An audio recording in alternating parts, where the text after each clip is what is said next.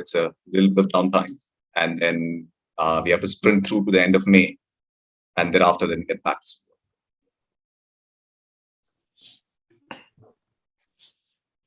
Laurie, are you in Oxford or in London right now? We don't have a base in Oxford anymore. I'm in London. Oh, okay. Okay. Right. Okay. For those,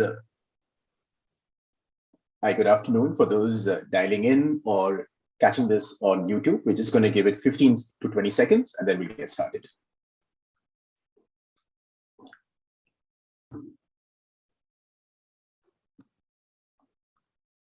Hello and welcome to this India and the World webinar titled Russia's Attempted Invasion of Ukraine, the Changing Geopolitics, hosted by Carnegie India. As the war in Ukraine intensifies, the effects on international politics are unmistakable. The indefensible Russian war against Ukraine has seemingly strengthened the transatlantic alliance, woken Europe out of decades of strategic inertia, deepened the relationship between Russia and China in a myriad of ways, seeded doubts about the extent to which Europe and the United States will be able to adequately split capabilities between the future security of Europe and stability in the Indo-Pacific, and last but not least, left countries like India with an unenviable strategic canvas to paint its future. It is my greatest pleasure today to welcome both Lawrence Freedman and Srinath Raghavan to take stock of the potentially game-changing effects of the crisis in Central Europe. Both these speakers need very little introduction, but for the sake of form, Sir Lawrence Freedman is Emeritus Professor of War Studies at King's College London. He was Professor of War Studies from 1982 to 2014, and then Principal of the College from 2003 to 2013. Before joining King's, Laurie held research appointments at Nuffield College in Oxford, the International Institute for Strategic Studies, and the Royal Institute of International Affairs. He was elected a Fellow of the British Academy in 1995. He was appointed the official historian of the Falklands Campaign in 1997. And in 2009, he was appointed to serve as a member of the official inquiry into Britain and the 2003 Iraq War. Laurie has written more than extensively on a range of issues on matters of international history, strategic theory, nuclear weapons, and is essentially the author of standard texts that many of us have grown up learning from, reading, and being influenced by. But perhaps most importantly, it's worth recounting his recent books, Strategy of History in 2013, The Future of War, 2017, and perhaps most pertinently for this seminar, Ukraine and the Art of Strategy, 2019. Srinath Raghavan, again, needs very little introduction. Srinath is a professor at Ashoka University, a non-resident senior fellow at Carnegie India. He has written perhaps more than any contemporary historian on India and around India on the history of South Asia. His books include War and Peace in Modern India, Global History of the Creation of Bangladesh, which perhaps has some parallels when it comes to the study of Ukraine and the question of refugees. He's been the author of a major volume on India's war, the making of modern South Asia between 1939 and 45, and most recently, The Most Dangerous Place, a history of the United States in South Asia. Srinath and Laurie, welcome to India and the World. What I'll try and do is divide the discussion perhaps into three parts. So maybe we can focus the first on the groundwork, the second on effects on Europe and the transatlantic alliance, and the third on Russia, China, India, and anything else. Laurie, the first question to you. A couple of hours ago, you posted an essay on Substack, which between you and Adam Tooze, we are best informed because of Substack, which is a great way of communicating. But you write, Laurie, you say no amount of obfuscation can hide the fact that this has been an operational logistical shambles. Could you tell us a little bit about the groundwork, how you see it and how you see it progressing? Yeah. So when this war started, there was a widespread assumption that Ukraine was outgunned by Russia. Russia had been preparing for this for months, had massive forces around Ukraine's border, and would essentially move in from multiple axes and push towards Ukrainian cities. The issue then would be how would they cope with urban warfare, and if they cope with that, what would happen in terms of an insurgency and so on. My view was always that they would find that very difficult, that it was a very hard country to occupy. And so even if they were successful on the first days, they would eventually hit trouble. What I didn't expect so much was the amount of trouble they faced from day one. And it just seems that this was a very arrogantly planned operation based on misunderstandings of Ukraine and its national identity, and it's the fact that people fight harder for their homeland more than they fight to invade. And things like not getting command of the air, not thinking through the logistical issues, having sort of bold and audacious moves to start with that went badly wrong. So by the end of the first day, it was clear that there was a problem. And now 2 weeks in, the Russians have not taken any major city. They've taken quite a few towns and so on. But even those, you have sort of passive resistance taking place. And it's not clear that they can ever really take Kyiv now. What they have done is bombard resisting cities in a quite ruthless way, in a distressing way. It hasn't gained them anything strategically. In fact, it's lost them because of public opinion internationally has been appalled. But it's imposes severe costs on the Ukrainians, and I suppose it has a sort of coercive intent. But however this works out, the Russians are still a formidable force, and they can reorganize themselves and maybe make some more progress. And they certainly better off in the south of Ukraine than they are in the north. This reflects very badly not only on the political decision but on their operational capacity. Larry, is it correct to say that this is essentially now turning into a proxy war, with the West supplying arms and equipment into Ukraine and Russian forces on the other side? I don't think it's a proxy war, because that suggests that somehow the Ukrainians are agents of NATO. I mean, the Ukrainians are fighting for themselves, they're not fighting for us.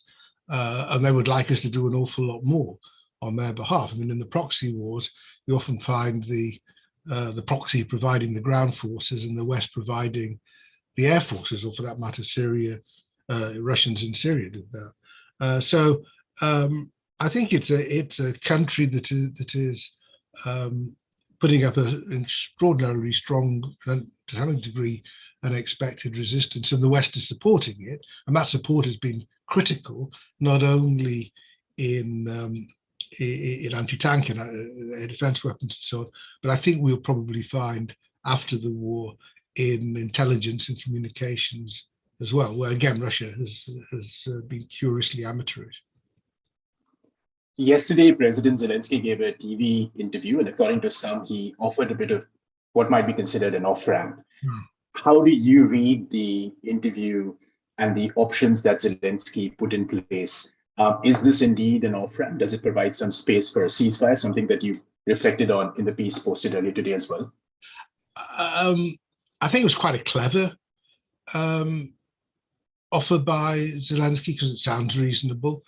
And I think some aspects of it, if the Russians wanted to, they could build on.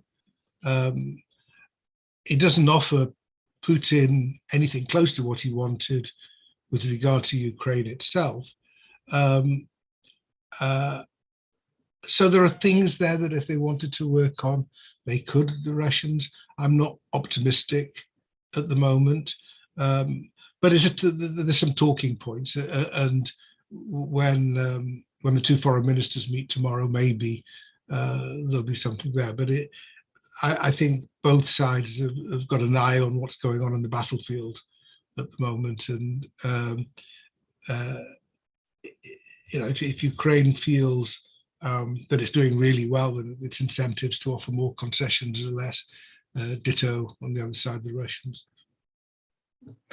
Srinath, if I could just turn to you on the connection between the ground campaign or the conduct of war and the impact, or the economic war, the impact of sanctions. So at some level, clearly the two are connected, but how are they connected? Could you just talk to us a little bit about that? So A, what effect are the sanctions having? Because there seems to be a split opinion out there. Adam Tooze is of the clear opinion that this is close to an embargo. So obviously it is going to affect Russia not only now, but in the near future.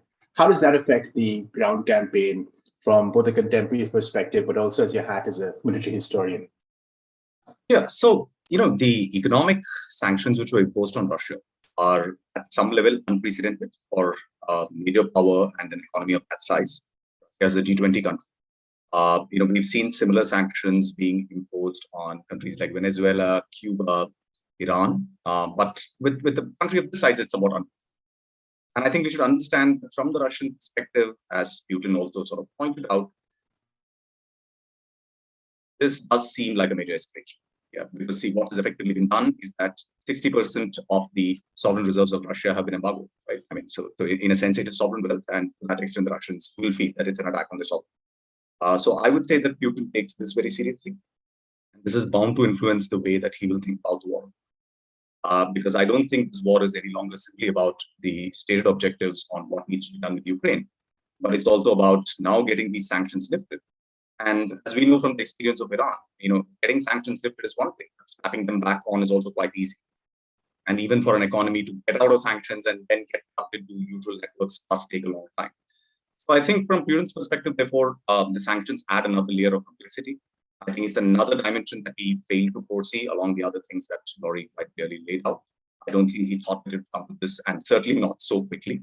The oil embargo, which has been imposed today, is another shot in the bow. It'll be interesting to see if the Europeans follow suit with some of this stuff, because that could then mean a real escalation, sanctions against Russia. And as with the toughest sanctions, both sides will get hurt, right? I mean, so the easier sanctions are the ones where you will actually hurt the other one. In some ways, it is easier for the Americans because they have very little investment in Russia. So the chances of retaliation by Russia in Russia are quite minimal. But I think the calculus in terms of what the military operations will be will now also be dictated by this wider consideration of what it means for Russia, not just for what it means for Ukraine. So I think, therefore, that we're going to expect some serious digging down by the Russians in the next couple of weeks before their logistical problems catch up and make any progress quite impossible. Because this is going to be another very important factor. Whatever gains they make on the ground will give them greater bargaining leverage on the sanctions question as well as what is going to be done with Ukraine. And so I think that will have to be thought through because it complicates things, right? I mean, see, already on Ukraine, you can see that they are kind of taking a step back. Initially, the agenda was very clear that we need regime change. Now it's gone down to saying change your constitution, and then they know very well perhaps that even that is not attainable in the present sort of situation. Then you have to think about the Russian sort of provinces in the east. You want to think about Crimea, and then now the whole problem of sanctions on Russia, which have again, I don't think the Russians quite anticipated the United States would be able to rally around the Europeans and other partners, including Japan, countries like Australia, in quite this way. So I think it's definitely come as a surprise to them, and they will have to reckon with the consequences. If I could turn to you on this, you say that the reasonable calculation is the Russians are possibly spending close to $1 billion or a little bit more on the war per day. Sanctions are designed to dissuade Russia from all kinds of escalation on the ground. Are they generally having the opposite effect given the makeup of Kremlin politics today?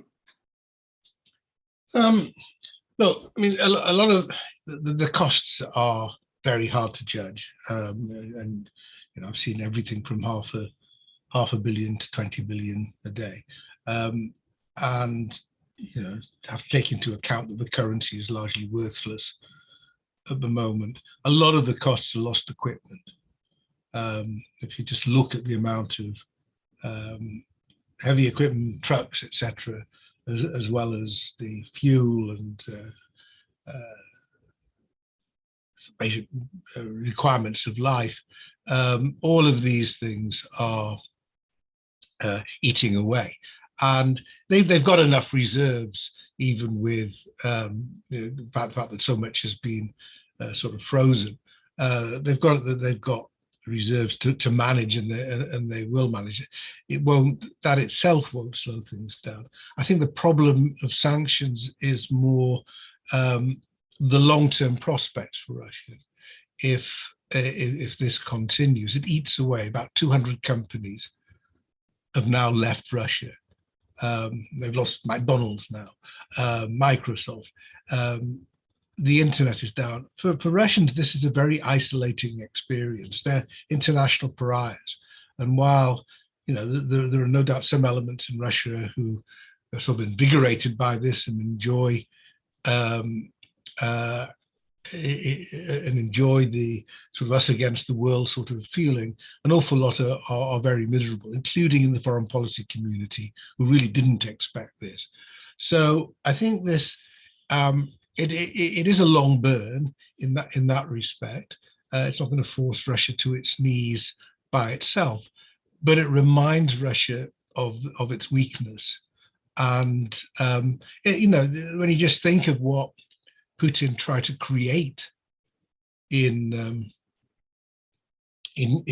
Russia in his first decade, modernize the economy, make it a pretty important part of the international economy. All that's gone up in smoke at the moment. It set that backward for a long time and will stay so, I think, for as long as he's in power, because why would you invest in a country like this? So it's a major factor, I think, influencing Russia as they think about the long term. But I don't think it will affect Russian calculations in the very short term. But as much as this has burned Russia, has it burned Putin's own political position within Russia? Because this war seems to be taking place with a kind of a three-tier logic. You've got the street where they're quite vocal about the fact that this is the wrong war. You've got the Kremlin, which seems to be kind of organizing in a particular way, and then you've got kind of Putin. So, Laurie, how do you read, say, Russia's political structure at this particular point in time? Does it, in fact, in the end, contrary to conventional analysis, strengthen Putin's own position within Russia in a bizarre sort of way, or the opposite? It must undermine it over the long term, maybe even less, maybe even the medium or shorter term. We don't know. We don't know enough what's going on amongst the Russian elite, what's happening in the Kremlin. We do know that despite best efforts, they can't cut off news of this war to Russian people. We have seen some examples of mothers berating officials about why their kids were sent into such a situation without being properly prepared, without even being told where they were going and why. And we know the protests in St. Petersburg and Moscow are very brave and substantial. Thousands of people have now been arrested, and they're not stopping. So this is the sort of thing that worries Putin. I mean, he doesn't like popular movements. He does everything he can to suppress them. So I think he'll be anxious about where this is going, and will be watching his back. But I say the main mystery in all of this is what discussions are going on in the Kremlin. Does he believe his own propaganda? Or is somebody trying to say, well, it's actually not quite like that? It's not. He must realize that after 2 weeks of what was supposed to be a 3-week campaign, just how few objectives have been seized, even if they're making some progress in some places. So I think this undermines Putin. How quickly, I'd be more hesitant to say. If I could place the same question to you, do you think popular discontent, but also elite discontent, could finally drive Putin towards a negotiated peace, if not a ceasefire? Well, again, I don't think those kinds of things will come into play in time for a ceasefire or a negotiated end to this war. I think longer-term effects will certainly be there, and those are, at this point of time, a little indeterminable. The only thing I feel is that, Putin's regime operates in a certain way, which is his ability to sort of give economic largesse and shares of the pie to various kinds of plutocrats and cronies. And And in some ways, as much as the pie is shrinking, his ability to divide up still remains strong. So in a sense, structurally, I don't think that thing has necessarily shifted. The second thing is that you also have to wonder who else is going to be in a position to supplant Putin, or what kind of structures are there to do that. Right? I mean, if you look at the history of the Soviet Union in the 20th century, I mean, they've had all kinds of disastrous wars, starting with Poland in 1920, which turned out to be total miscalculations, right? But the only person who ever paid a price was Nikita Khrushchev in 1964. But at that point of time, you still had CPSU, and the Politburo and those kinds of structures were there. Putin's Russia is very deinstitutionalized. So it'll be interesting to see, what kinds of oppositional forces coalesce together, even within the existing constellation. I think we cannot predict that, but certainly I think there will be a domestic price to be paid. He is no longer going to be as strong as he was the day before he decided to go to war. I think this war is definitely a setback, and it's going to be difficult to pass it off as some kind of victory, even if they manage to achieve some of their objectives in Ukraine. If I could just ask a question on ceasefire, Laurie's piece brought up the rationale for ceasefires. The basic equation, Laurie, if I've got it right, and essentially that's what we see in 67, 73, 71, but also 65 in South Asia, is essentially it's a side who thinks of winning, doesn't want a ceasefire, doesn't make sense. It's a side who's losing ceasefire, either the UN Security Council or through international arbitration. Is there an incentive for either side to sue for a ceasefire at this present time in Ukraine? There's no incentive for Ukraine, I don't think. They've got Russian troops on their territory. A ceasefire which allowed the Russians to occupy large chunks of their territory is not going to be acceptable. I mean, I think they have an interest in pursuing a peace deal of some sort to which a ceasefire might get attached. But I don't think a ceasefire without a peace deal it can be of much interest, because they've lost at the moment an occupying power is holding territory. For the Russians, I think they could get themselves into a position if they took Mariupol, certainly maybe two if they took Odessa, where they'd see some sort of gain from a ceasefire like that, because of the territory they'd hold. But it would still mean that they were far short of their initial objectives. And actually, even if you've got a territory like that, which will be recognized internationally, you've just created new boundaries for yourself. Something else that has to be defended, quite a long border, with the Ukrainian force that will build up strength and so on and so forth. So I don't think it's the way this is likely to end. I think it's more likely to end with some sort of agreed peace settlement. And that's essentially what they're talking about in Turkey tomorrow. I think the humanitarian ceasefires and some of the corridors are a different matter, which have been sort of manipulated in unpleasant ways by the Russians, but some of them seem to be working now. Laurie, so maybe Srinath and then Laurie, just as I finish off this segment, the conversations at the moment about a perpetual peace and not just a temporary ceasefire. Do you think that the arguments for a larger strategic dialogue between the West and Russia still stands? Could something like the various treaties or agreements that took place in the late 90s be revisited? Because essentially that seems to be Putin's primary call to arms. But do you think that still stands in the way that it did prior to, say, the third week of February of this year? See, my own feeling is that at this point of time, the focus is bound to be on two things. One is how do we come to some kind of a negotiated settlement between Ukraine and Russia? Secondly, how does Russia get the sanctions kind of off its back? I think there will be broader conversations which the Russians will want with the West, but a lot of that turns on how these two things play out. So I think in just sequential terms, I don't see how going back, say, to discussing whether we should need another version of the INF treaty or something like that is on the cards at this point of time. So I think the contours are there, right? I mean, so the Russians have said that they want Ukraine to say that neutrality in constitution. The Ukrainian president said, yeah, maybe joining NATO is not something that is on the cards. I realize that. So that gives you something to work with. Status of the territories. And again, I think Laurie made an interesting point, which I think will be the way it will play out. There may well be a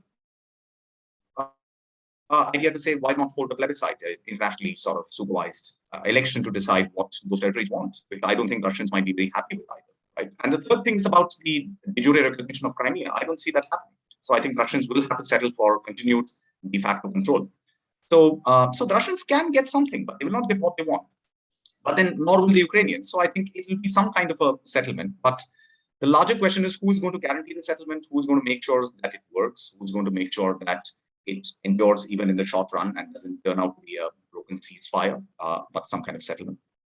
Only then can Russia really realistically look to the West to say, can we talk about the sanctions? So I think this has got to move sequentially, step by step, and the broader conversation is perhaps not on the table at this time. Well, I think on the on all the sort of arms control agreements and so on, I agree with Srinath. There's not much left now. There's New Start that lasts for a few years, but it's and that may be a good thing. I mean, I think what this crisis demonstrates is that nuclear crises have a dynamic quite separate from arms control agreements. It didn't make any difference to Putin's nuclear threat. NATO offered to revive the 1997 Founding Act, which is sort of NATO-Russian relations. I think all of this is very difficult while Putin stays in power. And that's a problem, because there should be proper relations, good communications between major powers, and Russia is still a major power. So this isn't a good thing if this happens, but it's unavoidable when a leader of a major country has set in motion an aggressive war. And what point you can, as Srinath sort of ended on, at what point you can move sanctions. I think, as a matter of practice, there will be a lot of pressure in Europe and elsewhere to ease these sanctions when they get a chance. But, we're not at that point at the moment. And I don't think it'll happen until there's real movement from the Russian side on effectively withdrawing their troops. For our audience and those beaming in on Twitter or YouTube, if you could, for those on this particular call, if you could add your questions in the chat box, that would be great. I'll take it at different parts of the conversation. And those on YouTube or on Twitter, please add your questions. They'll be relayed to me, and I'll bring them back to our panelists. Laurie and Srinath, if I could just switch to Europe. Laurie, there are many who argue, and for good reason, that the wars unified Europe. It's unified the transatlantic alliance. In one fell swoop, Germany essentially dumped the norms and ideas around anti-militarism, and we're back to a place where Germany's on the forefront of rearmament inside of Europe. How do you see these game-changing effects in Europe, and especially in the role of Germany? I mean, they were quite impressive. They were quite startling, and it's an odd combination of two perceptions, which in a way won't both last. One of them was that Russia is in a dangerous, aggressive mood, and that once it's made sort of one conquest, it will make another. And therefore NATO and the EU and all organizations have to step up to meet this threat. And I think Scholz in Germany really made a very dramatic statement about what Germany is now prepared to do, with enormous public support for that. On the other hand, there is a perception that sort of made all of this possible, that Ukraine will resist, and that gives you time. And I think if a different leader to Zelensky, one who hadn't had the ability to rally his people, I mean, words matter. The ability to inspire and influence matter. And once it became apparent that the Ukrainians were holding and were not sort of just flattened by the Russians, then all the sanctions and all the military support had a point. I mean, if Ukraine had folded within 24 hours, you just would, you'd had a fait accompli, but you don't. So so that's a sort of contrary perception to the idea of a Russia that is about to conquer a neighboring state.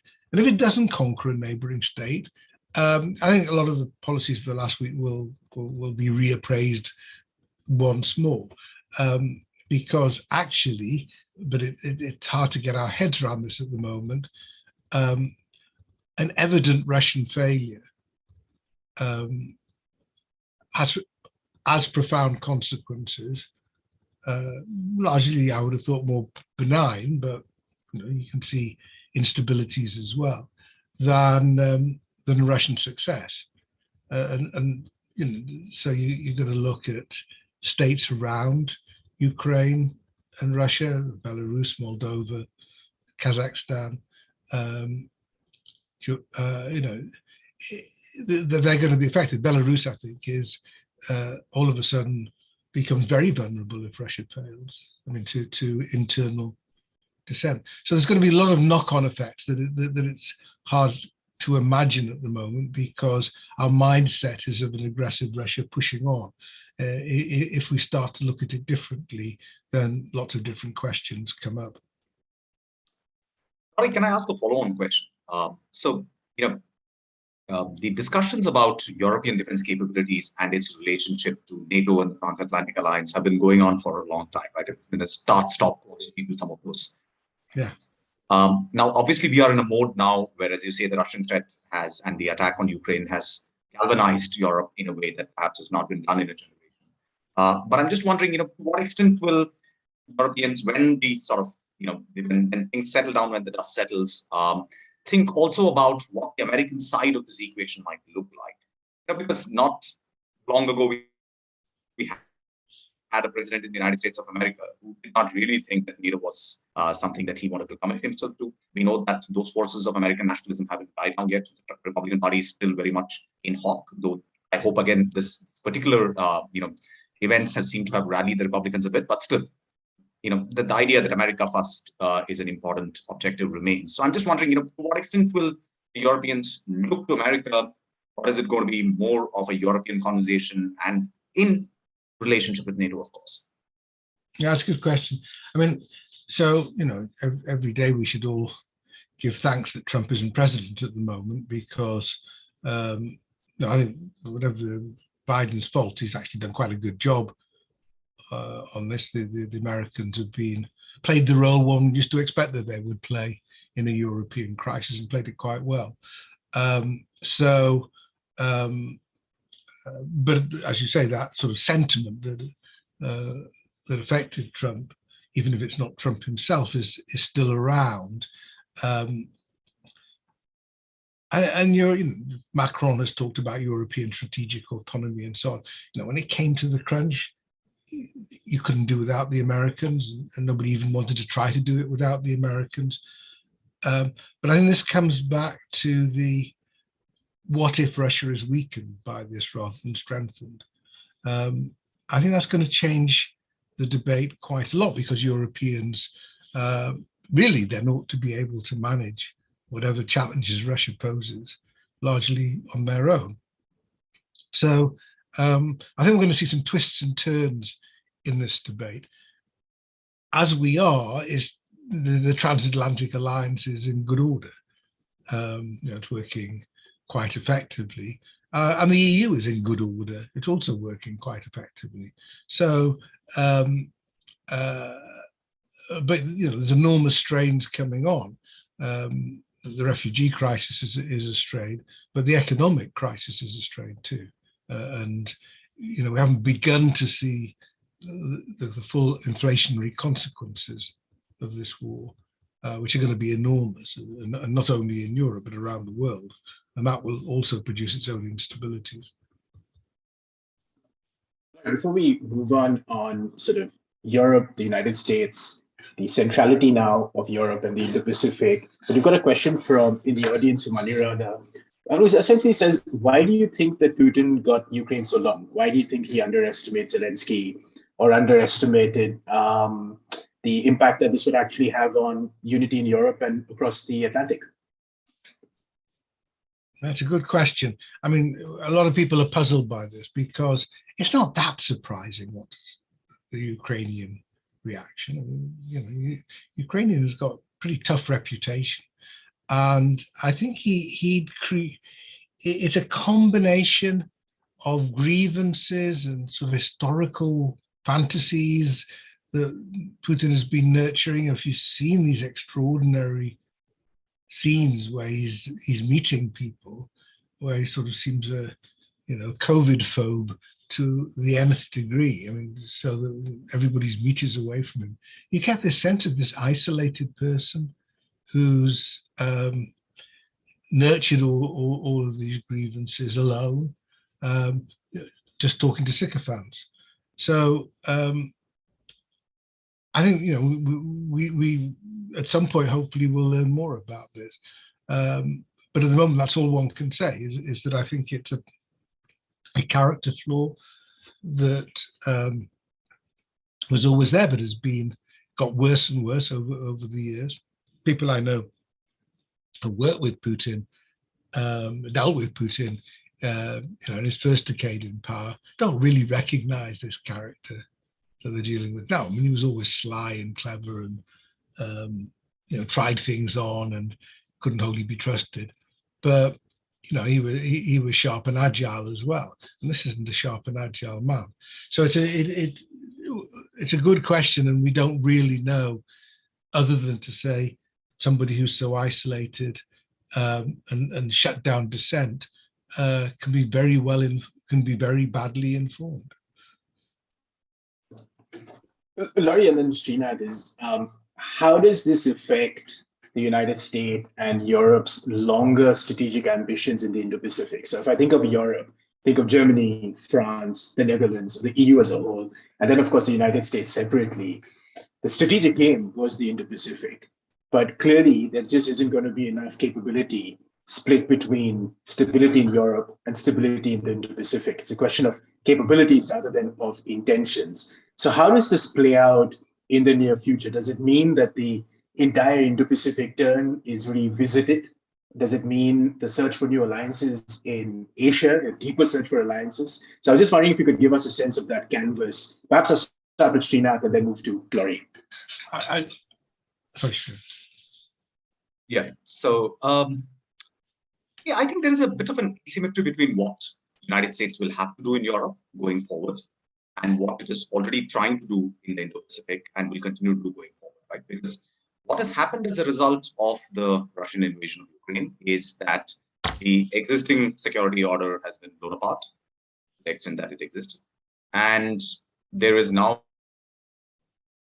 a very clear kind of a security challenge that American allies have to face up to. So in that sense, it's very much a security problem.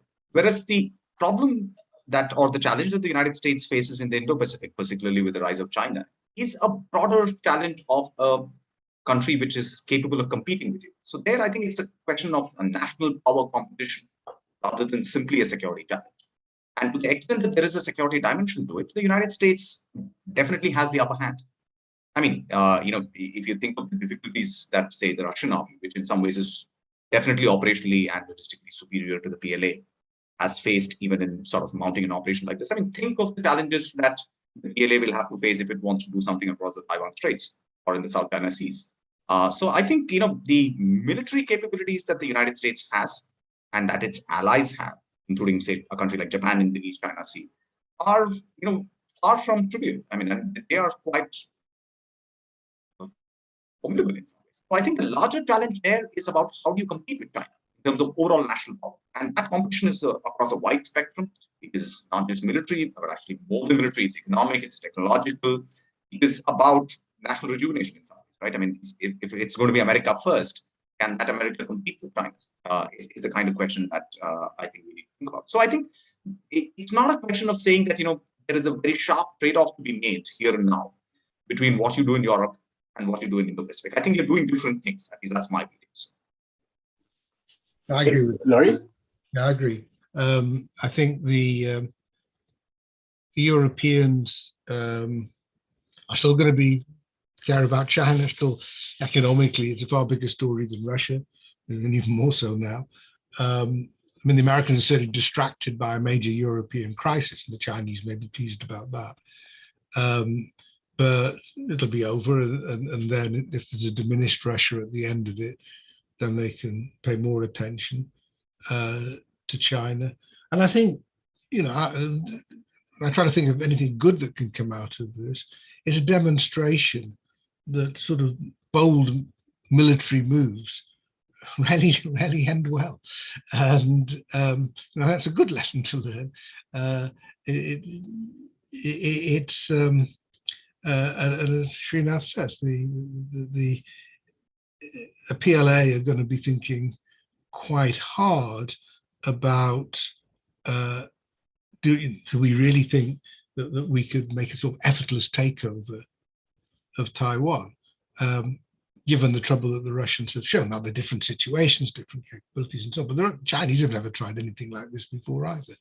So I think that will affect things. So I don't think it makes a big change over time to interest in Indo-Pacific. It just means that at the moment we're totally preoccupied with an event in the middle of Europe.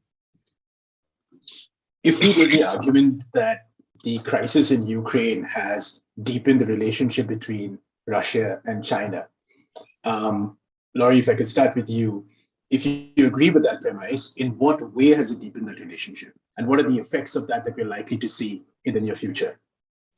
Well, I mean, that's what one would have said up to the 24th of February. I mean, you had that extraordinary, long, rather tedious document that was agreed between Xi and Putin as the Winter Olympics were getting underway in Beijing, which is sort of an autocrat charter. And you would have said that Russia was making something of a gamble because there's a lot of wariness about China in Moscow, just simply because of the wide open spaces of the far eastern provinces of Russia.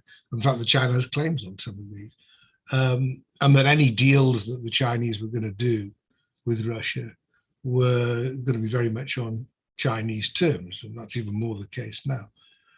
But the Chinese have been very uncomfortable since the invasion.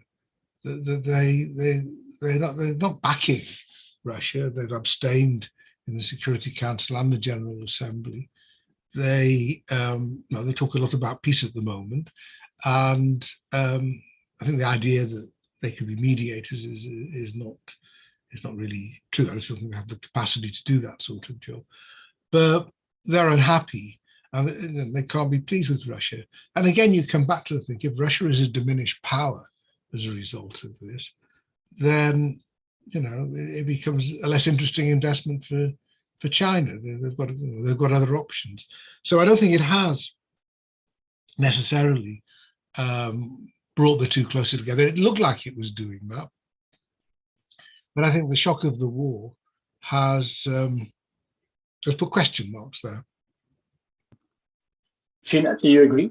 Our colleague and friend Evan Feigenbaum argues that essentially this has led to a situation where the Chinese are today carrying, in his words, a lot of freight for Russia. So how does that work out? I mean, do you see it the same way? Well, again, I mean, if you sort of divide it up into three spheres, right? I mean, dramatically look at it in terms of strategic interests, economic stuff. So let's start with the overarching relationship, right? I mean, I don't think it's accurate to describe it as any kind of an alliance. In fact, the Chinese have been very clear that they said, in fact, in one of their recent statements, that this is not an alliance. Please don't consider that we are allied with the enemy. So what brings them together is effectively two things. One is a concern that the United States is out to contain them.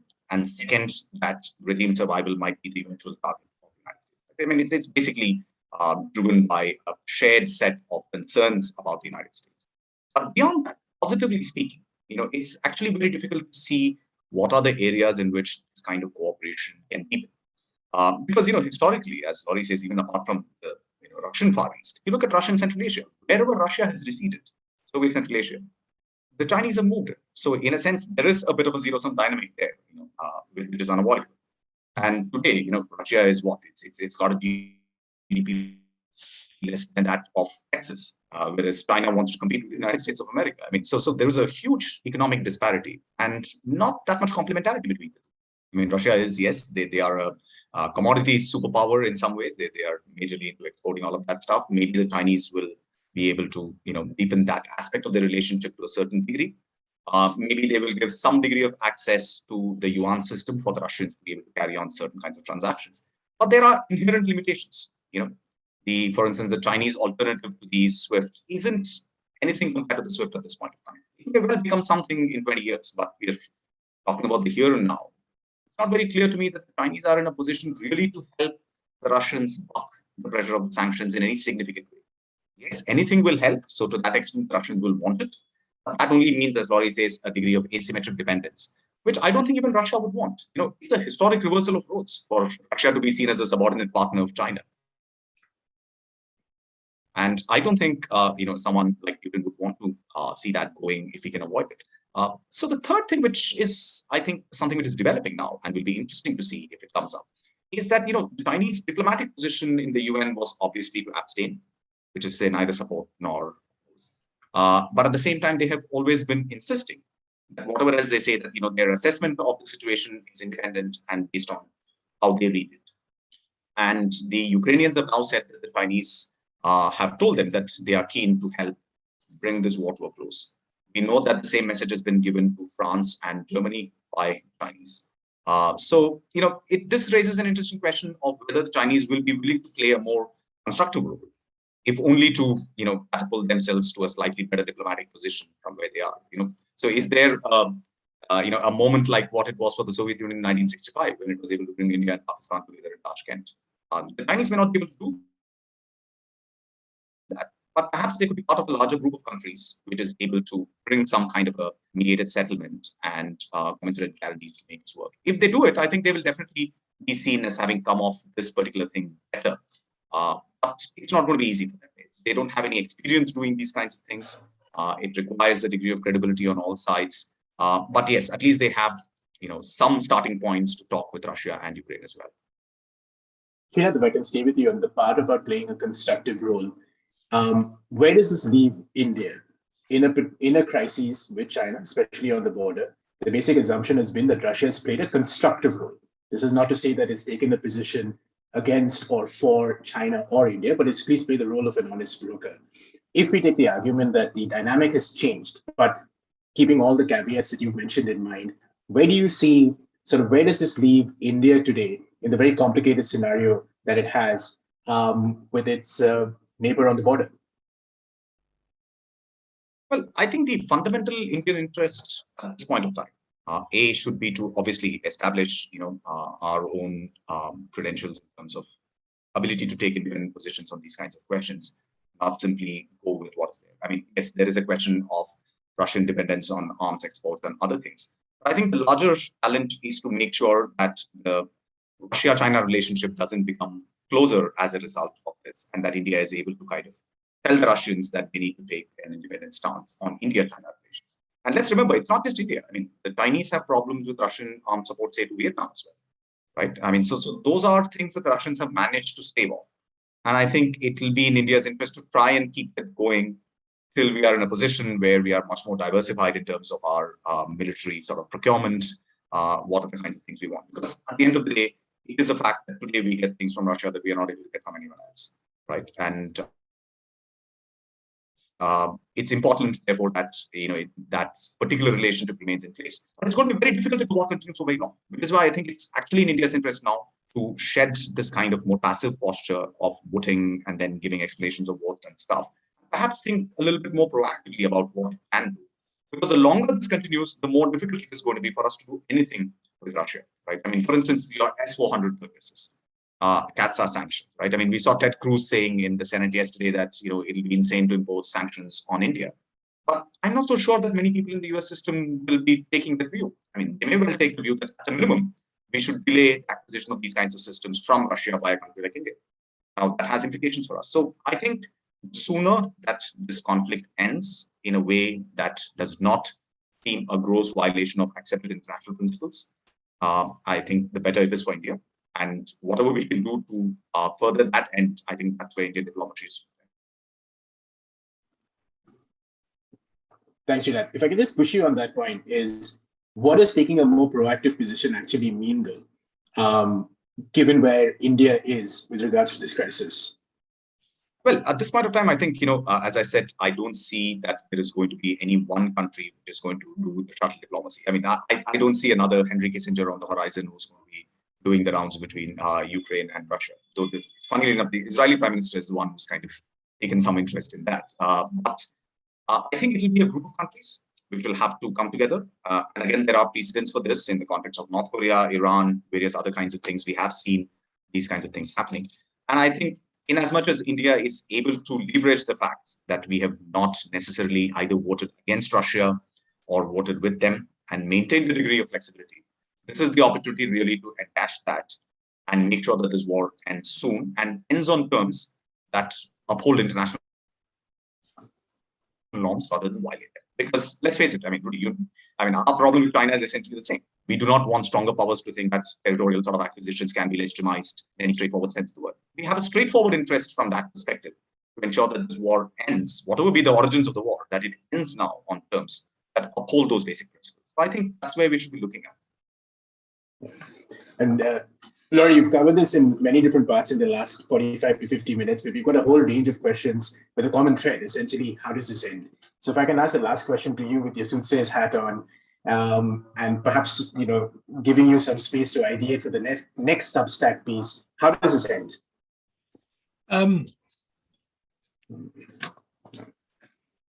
It's not going to end with a Russian military victory. I think we're beyond that point. The Russians may make more progress, but I don't think it'll end on that basis. It could end with the Ukrainians mobilizing more, getting in a stronger position, counterattacking more, making the Russian position more difficult.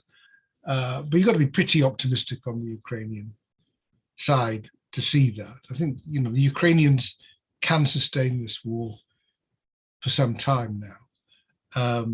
And over time, the position of the Russians will get more difficult. But essentially in the south and east, they're too close to their own land to be so discomforted that they're going to just fall back.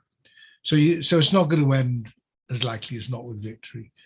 So it'll have to, and I don't think it'll end, for reasons discussed earlier, with a straightforward ceasefire with the existing lines becoming the new borders. I don't think that's acceptable to Ukraine.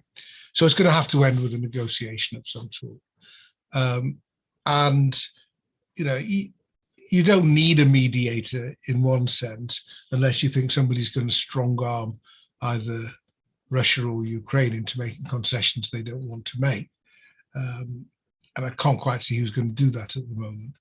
So the two sides can talk to each other, which is what they've started to do. Interestingly, despite Putin's reluctance to legitimize the Ukrainian government as being capable of having direct talks, that's what he's had to do. So that's already a sort of concession. So I think it'll be some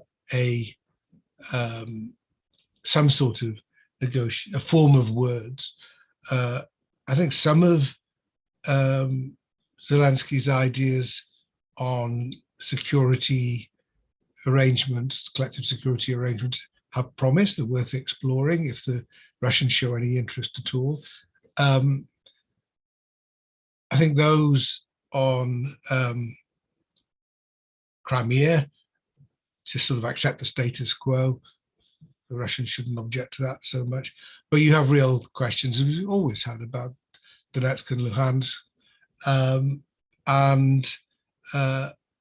I think the Ukrainian view will be, we're happy to find a form of face-saving words, but basically this is going to be Ukrainian and it's not going to be an independent state. So, all the other issues about Zelensky being removed and demilitarization, I mean, they're for the birds. I mean, they're not going to happen now. But the Russians have got to accept that. The Russians have got to step back from maximum demands. And that's not an easy thing to do. But, you know, Lavrov, as their foreign minister, has turned on a sixpence before, so no doubt he can turn on a sixpence again. And if you know the phrase, and you know, claim that this was their intention all along, and they're very happy with the New Deal. But that's how it'll end, something along those lines. But when, I don't know. I mean, I don't know. I mean, the other possibility, given that you're not going to have regime change for the foreseeable future in Ukraine, even if Zelensky himself is assassinated or something, is regime change in Russia. Again, you know, we've talked about it. You can't preclude anything, but you wouldn't want to rely on it. Thank you so much, Professor Lawrence Freedman, Professor Srinath Raghavan. Thank you so much for spending the time with us on India and the world. And Laurie, we hope to have you out in India physically sometime in the near future, and give us the opportunity to host you and spend time with you once again. And for our audience, thank you so very much for joining us. And we'll be back shortly in a fortnight with another edition of India and the World. Thank you. Thanks.